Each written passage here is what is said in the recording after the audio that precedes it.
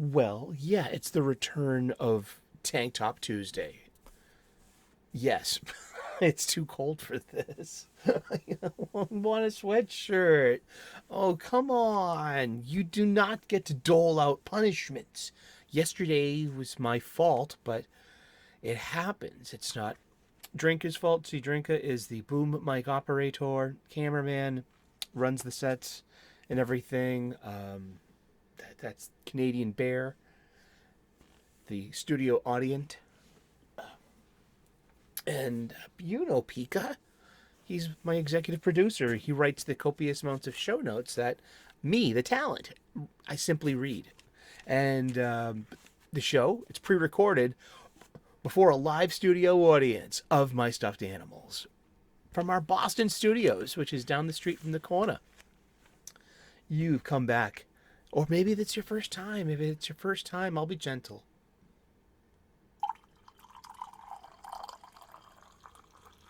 Pull up a chair. Grab a cuppa. Whatever it is you're shoving under your nose today there, pal. Tough guy. Strong man. Chowder head. Thick neck. Turkey pockets. However you identify in the grand spectrum of humanity on planet Earth and beyond. You are welcome here. Indeed. Very few people, I think, would not be welcome here. But if you're going to be boisterous, disruptive, loud, not purposefully misunderstanding, rude, outragey, ostentatious, demonstrative, we'll just ask you to sit at another coffee table. But you're welcome in the space. No. We actually, I appreciate everyone who tunes in. It's we got a really interesting audience. That we're feisty, but we're not out. We don't fight like each other. It's nice. It's really like we've really captured the spirit of the comic book shop style conversation right here, 3 p.m. U.S. Eastern daily. Our very own comics coffee table. I have no idea what to do for a show today. I'll show you the show notes. Pika makes show notes every month. And it's good to have, I think it's good to have blank spaces because you can get creative. I mean, sometimes, I'll just have ideas, or Pika has ideas. Pika's got big ideas, and he shares them at the meetings. And then sometimes we shoot them down, and then sometimes we embrace them. And also make a list, cross things off your list as well. They'll help you feel accomplished. Or if it's something such as a gratitude list, you can keep them all. And I'm going to start a gratitude list, and I'll show you what I started my gratitude list with. I'm grateful for you. Yeah, you. You know who you are. You see yourself right there, right now. You see your hands. You see yourself in the mirror. Thank you so much for tuning in. I'm going to prep some bags and some boards. I'm going to prep some bags and some boards today just to hang out. I got a short box prepped. And those are the essential ingredients of the show. Bags, boards, boxes. Oh, yes, and Funnybooks, too. Plenty comics. Oh, wow. A lot of these are already kind of done. Let's just pull a couple out just for the fun. On the stack of coffee tables. And please, thank you very much for understanding about yesterday's episode. I've been futzing around with the boom mic, with the microphone. I want to be like one of those big time YouTubers and show off my microphone And not just it's not just the microphone. It's the shit that you put on your microphone cover, or the pins, and it tells a story donut. Every story donut has a hole and it has a couple of bites. I love donuts. They're dangerous for you. I'm just kidding. A story donut. Every picture tells a story donut. And like I worked at Hard Rock Cafe in Boston for 8 years, between 1992 and 2000. And it's a very good experience. Save the planet. Love all, serve all. This is my family coat of arms on a pin. Irish, A.O. Sullivan. That's Buddy Christ. I got him at a movies pop-up in 2001. And a t-shirt that don't fit me anymore. All my medium t-shirts don't fit me. And came with a knife set, like a really expensive like knife. It's called a Dahlstrong. It's a German knife. It, yeah. Oh boy. And but it also represents, my being a chef too. You can see it there. And I'm still trying to find the right space, the right angle for it, that you see everything. I might have to work on that. Pika, put that on the list, please. What? That's Drinker's responsibility. He's on his union break. We're going to leave him alone.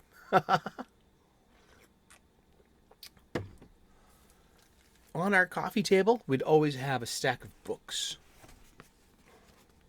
I like sci-fi. Sci-Fi Tales by R.M. Briggs. Get yours on Kindle today. Sequel forthcoming. Seriously. It would always be a stack of books.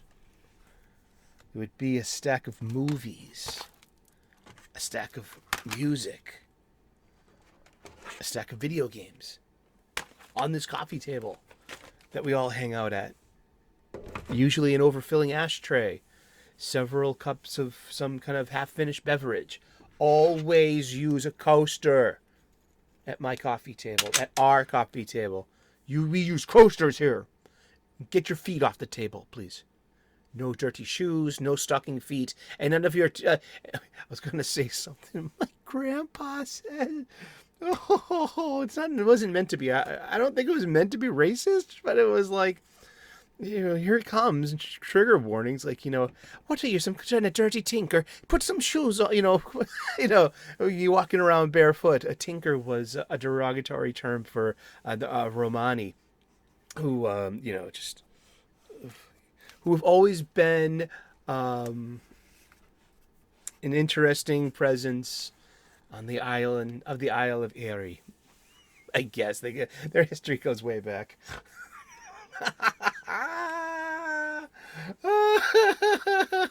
Thank you so very much for tuning in.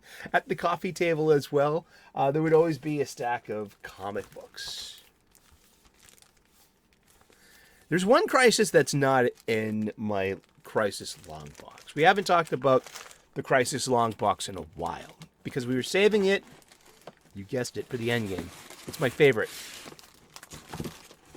It's the pride and joy of my comic book collection. Out of the 8 long boxes I've accumulated since I came back to being a monthly, nay, dare I say, weekly buyer of new comics and new releases at my local comic book shops here in the Boston area. I'm blessed to currently have 8 local comic book shops in striking distance of the Fortress of Solitude. This is true. Yeah, literally, I can by walking distance, by public transportation specifically, because Sully don't have a car. I've never owned a car. I've been here half a century. I've never owned a car. Didn't have to. I'm a Boston boy. For what it's worth, public transportation can help with that, and you can get cabs and livery services. Whenever, that's still possible. That's been possible since horses and carriages. That's a good cuppa. Yeah,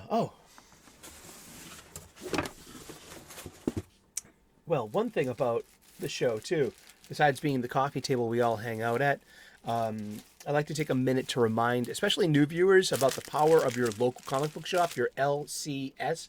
They're a brick and mortar mom and pop shop. They're a local business, and they are an independent bookstore. Remember that.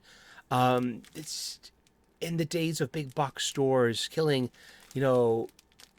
typical bookstores, bestsellers, hardcovers, mysteries, cooking, stuff like. I love bookstores. I don't know about you, but I'm a big fan of bookstores. It's for me, I would rather spend idle time in a bookstore than a library.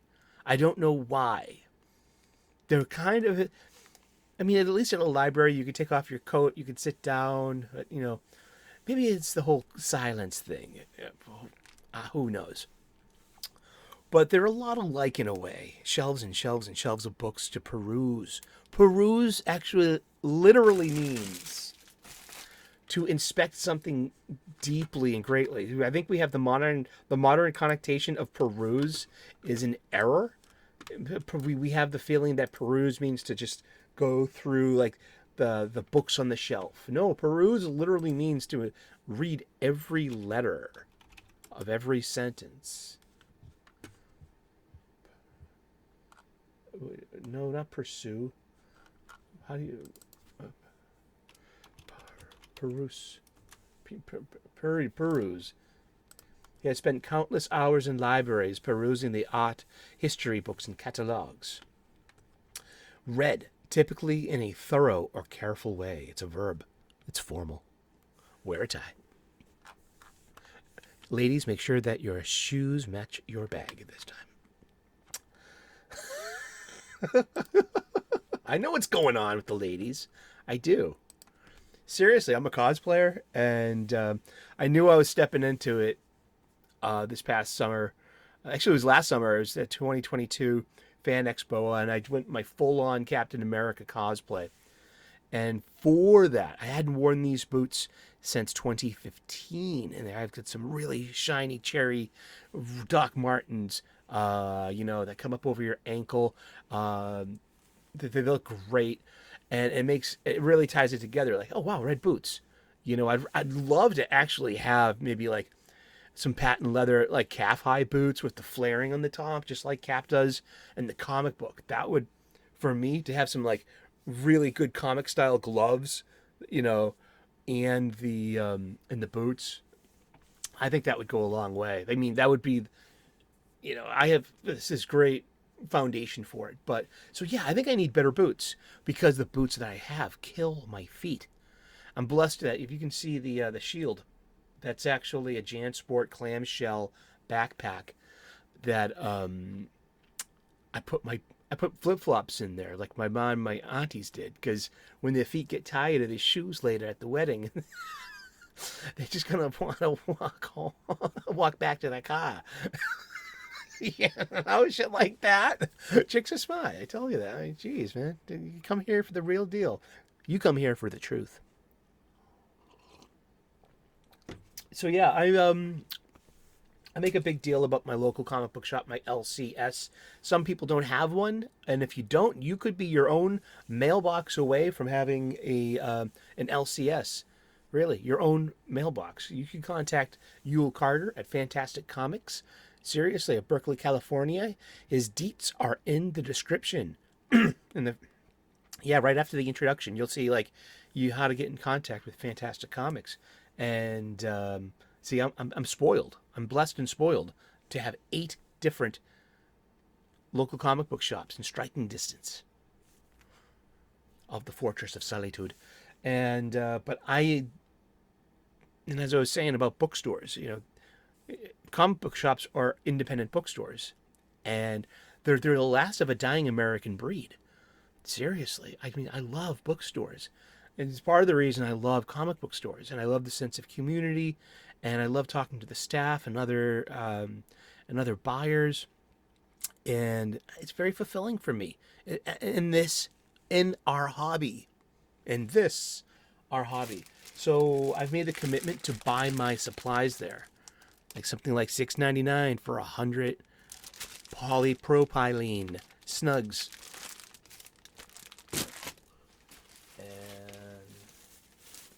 what was it, $14.99? Yeah, $14.99 for 100 acid-free, one-side coated backing boards. It's like $7 or $8.99 for a short box. Long boxes are more, of course. And it was $39.99 for 50 Mylar Snugs. Mylar Snugs are the archival quality. There's an archival quality backing board as well.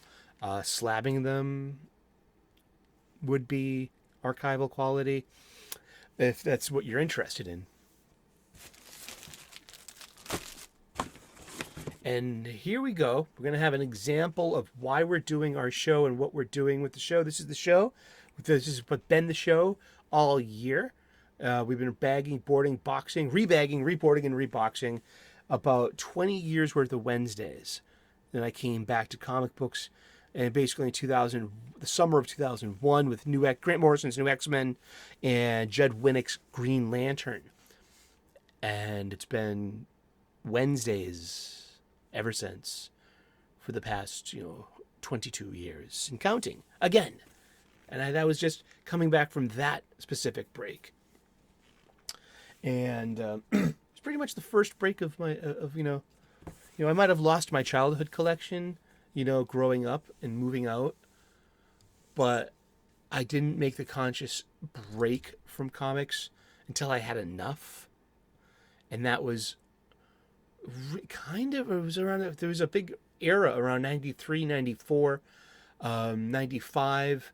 I mean, around Onslaught. That's an X-Men. X-Men Onslaught. Looks at that. X-Men. Around X-Men Onslaught. When did he premiere? May of 1996. Yeah, so this is after Fatal Attractions. This is after, and this is right after Age of Apocalypse, which was the last X-Men thing I was tuned into. And I was intermittent X-Men fan, UXM, since 1981. Yes, this is the truth. You have come here for the truth. So in 20 years, I've accumulated about 8 long boxes. They all need to be replaced because they've all done their job. Sun damaged, corners are blown out, liquids. I had a homebrew. Me and my two best friends, we used to brew our own beer a couple of times a year, and we had this really killer stout that were in brown glass bottles. And it was a one summer swelter, and then I caught it maybe a week later or so, maybe less. But some of the bottles exploded in my closet, and I had to have a purging. But my comic books were safe; they really were. And here we go. This is a long box. One of these full weigh around 50 pounds. This one was completely full until recently. It's one of the big first post-hernia. It's been 5 weeks today since my hernia surgery, and I'm able to lift heavier objects. I've taken some time off and I healed. And I'm ready to get back to work. Gosh, I can't wait to get back to work, to be honest with you. I'm so fucking bored. It's true. One thing about my long boxes, okay, how do you sort your long boxes? Is it strictly alphabetically? Is it by publisher alphabetically? Is it by publisher alphabetically and then interpolated with runs or events? Something like that? Or is it done by year of publication, which is basically, the enumerated way of issue numbers, and it's but I had a creative idea. I had an idea, something, because I love the DC crisis stories. I have since I was a kid. I was born in 1972 in November. My birthday's in 2 weeks. On Sunday the 19th. Thank you. And my friends are taking me out to there's a pinball arcade next to a brewery, and there's like, bar pizza available too. Perfect. A couple of friends, a couple of rolls of quarters, old-fashioned pinball, a couple of beers, because we're all geezers now. We really, I think Dell might be there too. This Dell, of Dell's Coffee. I'm drinking the El Salvador today. Salud, banacos. Salud.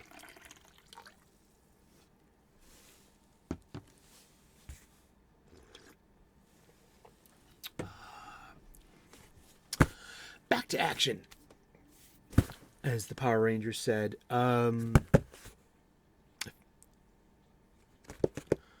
My Crisis long box. Let's just show it real quick. We've seen it before, earlier in the year. There are some comics that I have rebagged, reboarded, but I just threw in here until like this part of the show where we can better, like, I need to make some kind of new Crisis long box. This is the Crisis long box. This is the lid. Look at all those stains. That came from that aforementioned beer. And I got to clean up all the glass off of it. That's great. That came off. The corners, all the corners at the top of this are blown out. You see that? These comics could use a new and deserve a new box. And I made the conscious choice to switch to short boxes. Here's your size differential.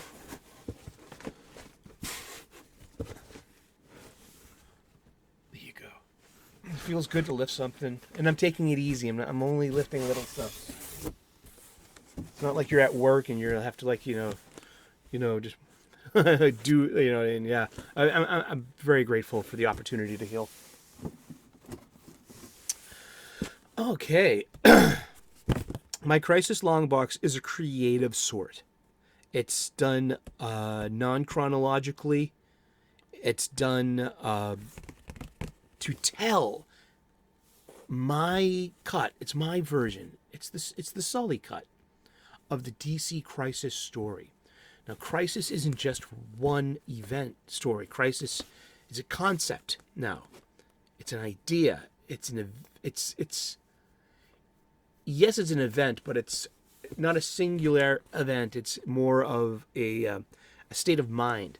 We're going to take the story in a certain place. It's going to involve multiverse. And it's going to involve sometimes losing a Flash.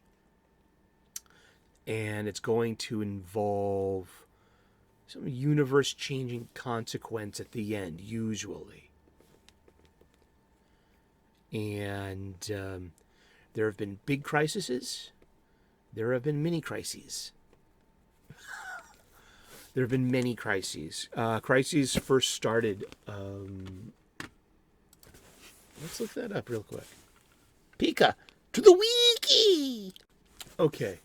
Now, way back in the Silver Age, in the Flash, Volume 1, issue number 123, of which came out in September of 1961, we introduced something called the multiverse. This was what we know today of as multiverse started in September, cover dated September of 1961, with the Flash number 123.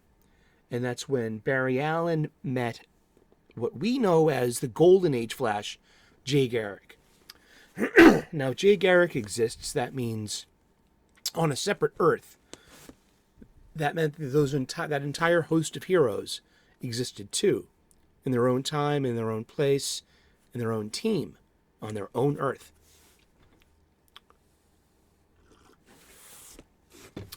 Now, Crisis has been going on since about then. Justice League of America, issue number 29, I believe, is the first usage of the quote-unquote crisis on Earth, ... X, S, 4, Hue, Earth, and it usually involved the Earth 2 the Earth 2 Justice Society of America teaming up with the Earth 1 Justice League of America. And so the first Crisis story. Now there was a team up first, that famous, the magic ball and like summoning the spirits and that famous cover. Justice League number 29, cover dated August of 1964, is called Crisis on Earth 3. And it just introduces, like, since there's an Earth 2, there's gotta be an Earth 3. Come on. So it's rolling with the idea of multiverse. So now we've invented just multiverse. Here we go, Earth 3. What is Earth 3? It's where your criminal counterparts are, your dark mirror opposites. And this predates that Star Trek episode by maybe like at least 3 years, I think. Spock with the goatee. And it's just, Earth 3 is just bored of being undefeated on Earth 3. They're called the Crime Syndicate of America. You have, instead of Batman, you have Owlman. Instead of Superman, you have Ultraman. You have Superwoman. You've got Power Ring. And they are evil gangsters. And it's a really interesting concept. So Earth 3 is like it's got a flipped history. It's like, Abraham Lincoln assassinated Presidents John Booth Wilkes in the 1800s. Like their hearts are on the other side of their bodies, and like they're just completely opposite. It's like, so, but that's that's just physics there. That's nature. That's how the world works there. And so Earth 1 and Earth 2 have to gang up to take down their evil alternates. Yeah. And that began in Justice League of America, almost like a yearly thing. You would have the team up with Earth 2. They had this wonderful one called Team Up on Earth X, and which has taken the quality comics heroes that DC or National Periodicals had bought. Let's see, when did Quality Comics get bought by? Was that 1948? 1956. Quality Comics published until 1956, and DC bought many of DC. I'm reading this from the wiki. Many of Quality's characters and title trademarks were sold to National Comics publications, now DC Comics. So that means, like, now what's a DC comic? The Freedom Fighters, Uncle Sam and the Freedom Fighters, from which is now called Earth X, and that's the planet where World War II never stopped. And you had Phantom Lady, the Ray, Black Condor, Uncle Sam, the Human Bomb, and versus actual Yahtzees. And so you had, and this Crisis on Earth X, you might even know from the Arrowverse. I watched that one, and I thought it was pretty cool, for Arrowverse, CW, superhero shows. But I have not seen Crisis on Infinite Earths, Arrowverse style. I stayed away from that. I did see the Flash scene, though, with Ezra Miller and Grant Gustin. I thought that was pretty fun. And, Plastic Man is a quality character who came over. GI Combat, the Blackhawks. So this is how Earth X began in the multiverse. It was purchased, such as the Fawcett comics, the Charlton comics, Quality Comics, and all these three previous robust cast of characters were now available for DC Comics, and we're now a part of this fledgling new thing called the multiverse. And by 1985, the 50th anniversary of DC Comics' first publication of National Publications' First comic, More Fun, number 1, 1935. That's where Crisis on Infinite Earths began to be a big thing. It's going to shake up this DC universe. One last crisis. And what it did was, well, they were under the, I don't know, I grew up in that time. Kids have no problem telling their multiverse variants apart. And I loved Earth 2 a lot. I had a big spot in my heart for Earth 2, for Huntress, for Power Girl, for Adult Robin, for Infinity Incorporated. You know, the late 70s and early 80s had a lot of Earth 2 stories. It was a very robust parallel world, you know, with different adventures, different stakes, different costumes, characters at different ages. If you wonder why Power Girl, yes, is biologically older than Supergirl. Supergirl's, I think, is still a teenager, technically. And Power Girl is definitely in her mid to late 20s. It's true. You heard it here. Nothing but the truth. So this Crisis Long Box is a curation of love and a curation for these Crisis stories. And I was knee deep in my comic book shop in 1985, 1986. It was called Superhero Universe 3. It was on the corner of Washington Street and Winter Street in downtown Boston. And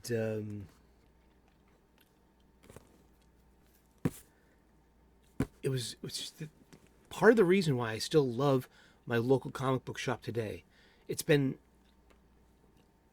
like a constant in my life. You know, I've never moved anywhere. I've never moved out of Boston. But I think that, like, geez, if I was like like an army person, and in rotations, and your billet is where you're assigned for a span of your life, or if you just freshly moved somewhere, it's just, I think one of the first things I would do would be to find my local comic book shop for that touchstone of just that constant, you know. So yeah, this is my DC Crisis Long Box, and we started earlier in the year taking it apart. This is a mostly full, dedicated long box full of trade paperbacks and floppies.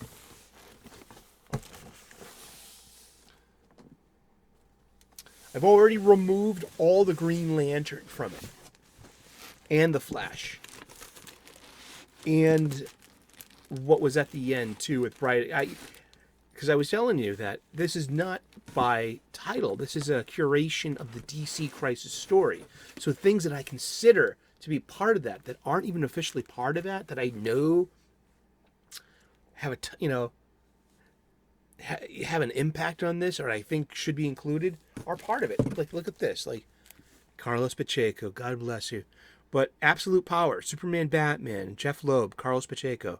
This matters into some of the Crisis stories. Let's look at the indicia, and let's not knock into the microphone again. This was, so the trade came out in 2005. So this is pre-Infinite Crisis. And a lot of these story notes lead up into Infinite Crisis. 14 to 18.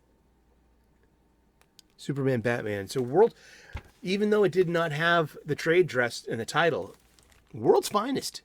There's kind of been an iteration of that, you know. It's there.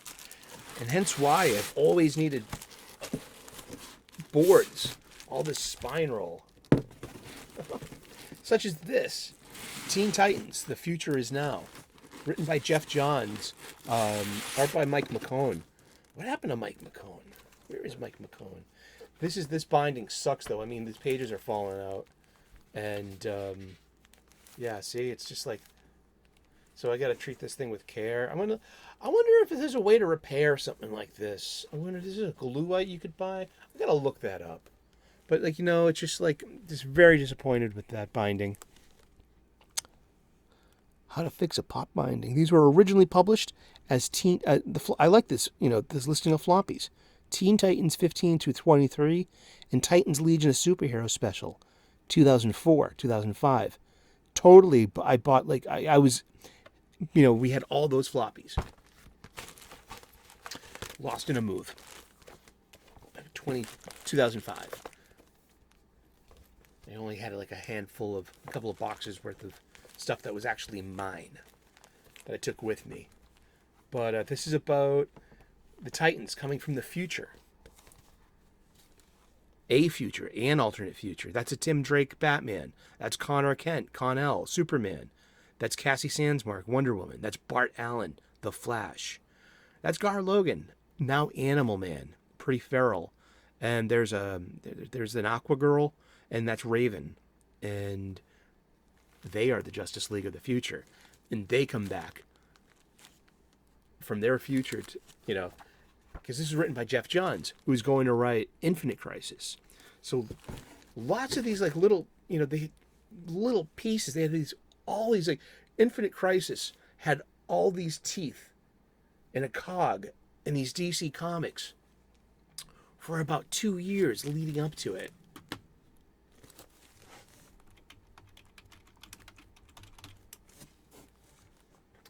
Infinite Crisis is a 2005-2006 storyline. Yeah, Jeff Johns no longer writing for DC Comics, huh? Yeah, and we'll get back to all of this. But yeah, this is the beginning of the end for my Crisis long box. And we'll put it back together again somehow. How? I don't know. And I'm thinking about bundling some of this stuff. Like I have a complete run of Countdown, the Countdown Weekly. That's got to be worth something to somebody. Somebody wants a good home for you. Somebody's going to read you.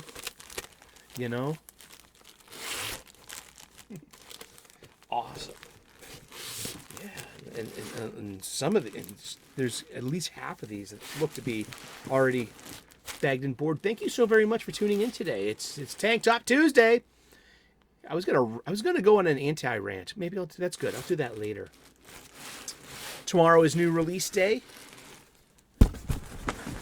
Looking forward to that. We're gonna do the menu tomorrow for new release day, and we'll get back to finishing up my DC Crisis long box. We only got 2 long boxes remaining, and in our project to rebag, reboard, rebox my entire collection, my current adult collection. This adult's collection, not an adult collection, not a collection of adult comic books, of which I should get back into. I'm a grown man.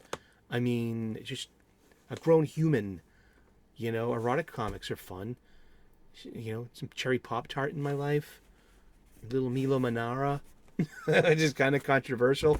It's a little pricey. I've looked it up. Seriously. You can't find Click anymore. I'll be lucky to get Butterscotch for under $40 used. But, I mean, they're out of print for a reason, too. They're not culturally appropriate. Not one bit. But who draws, it's a kind of like a, it's purity of virtue versus, wow, I kind of like that in art. And just like the defiance of purity and virtue in a way. Who knows? But it's like, I grew up with art. I grew up with art. I grew up with naked ladies, like Rubens nudes and Renaissance stuff. Of course I love Milo Manara's skillful renditions of beautiful women. It's just the consent part that's problematic and worrisome. Really is. And so, yeah, I mean, geez, and the anime out there, I mean, the manga out there, it's just, there's a lot of that. But hey, like, I'm a grown up. Maybe like it was part of loving comics. Maybe I should embrace the naughtier side of life. Maybe that should be something to examine in next year's show. While we wrap up this year's show with about a month and a half more left, leading up to the new year and our best of and worst of 2023. We buy new comics and talk about them. And we do have a best of. And we do have a bag of shame. Thank you so very much for tuning in today. Please like and subscribe. I would love to earn your subscription. We make daily content here. We talk about comic books every day, 3 p.m. U.S. Eastern, here at your very own Comics Coffee Table. Pull up a chair, grab a cuppa, whatever it is you're shoving under your nose today. Pre-recorded before a live studio audience of our stuffed animals from our Boston studios, which is down the street from the corner. Thank you so very much. God bless. Namaste. Good luck. And we will see you again in those funny pages. Ciao. Bye-bye.